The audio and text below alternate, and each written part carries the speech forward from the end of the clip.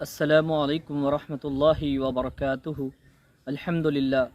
والصلاة والسلام علی رسول اللہ وعلی آلہ ومن والہ۔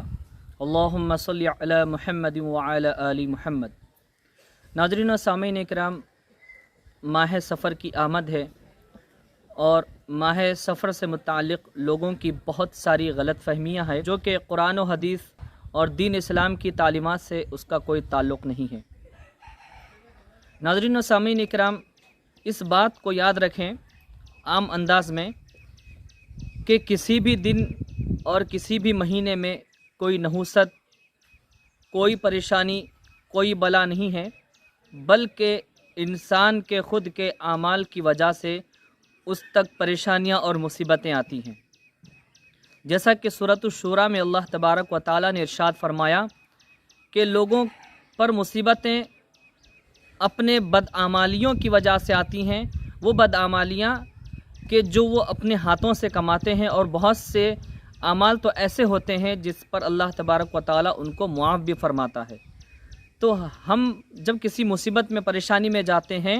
تو ہم کسی دن یا کسی مہینے کو خاص نہیں کر سکتے کہ اسی دن اور اسی مہینے کی وجہ سے ہم پر مصیبت یا پریشانی آئی ہے۔ حدیث مبارکہ میں رسول پاک صلی اللہ علیہ وآلہ وسلم نے ارشاد فرمایا، لا عدوہ، کہ کوئی بیماری کسی کو اڑ کر نہیں لگتی، ولا حامتا، اور الو میں بھی کوئی نحوست نہیں ہے۔ اور اس کے بعد میں رسول اللہ صلی اللہ علیہ وآلہ وسلم ارشاد فرماتے ہیں، ولا سفرا، یعنی کہ سفر کے مہینے میں کوئی نحوست نہیں ہے، سفر کی آمد میں کوئی نحوست نہیں ہے۔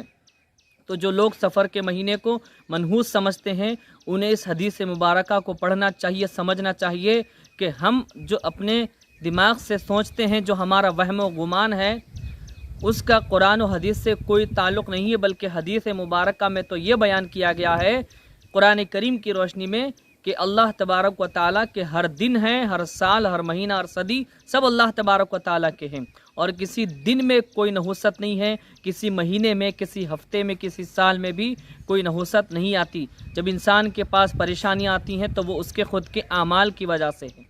اب دوسرا یہ کہ تیرا تیزی کا ایک لوگوں کا عقیدہ ہے،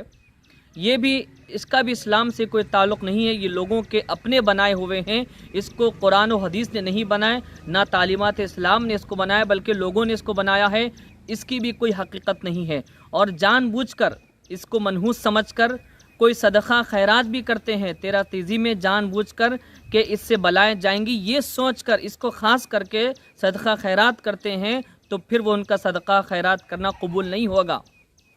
اس طرح سے، اس نیت سے ان کا صدقہ خیرات قبول نہیں ہوگا اگر وہ یہ سوچ کر کرتے ہیں کہ یہ تیرا تیزی کا ہے اور اس میں نحوست ہے، اس میں بلائیں ہیں، یہ دور ہوں گی۔ بلکہ آپ ہر مہینے کے، ہر دن میں، ہر ہفتے میں کبھی بھی آپ صدقہ خیرات کریں، اس سے اللہ تبارک و تعالیٰ آپ سے ہر آنے والی بلا کو دور رکھے گا۔ اب اس کے علاوہ یہ کہ ایک مشہور حدیث لوگوں میں بیان کی جاتی ہے، اس کی حقیقت کیا ہے اس حدیث مبارکہ کی؟ لوگ کہتے ہیں کہ جو کوئی سب سے پہلے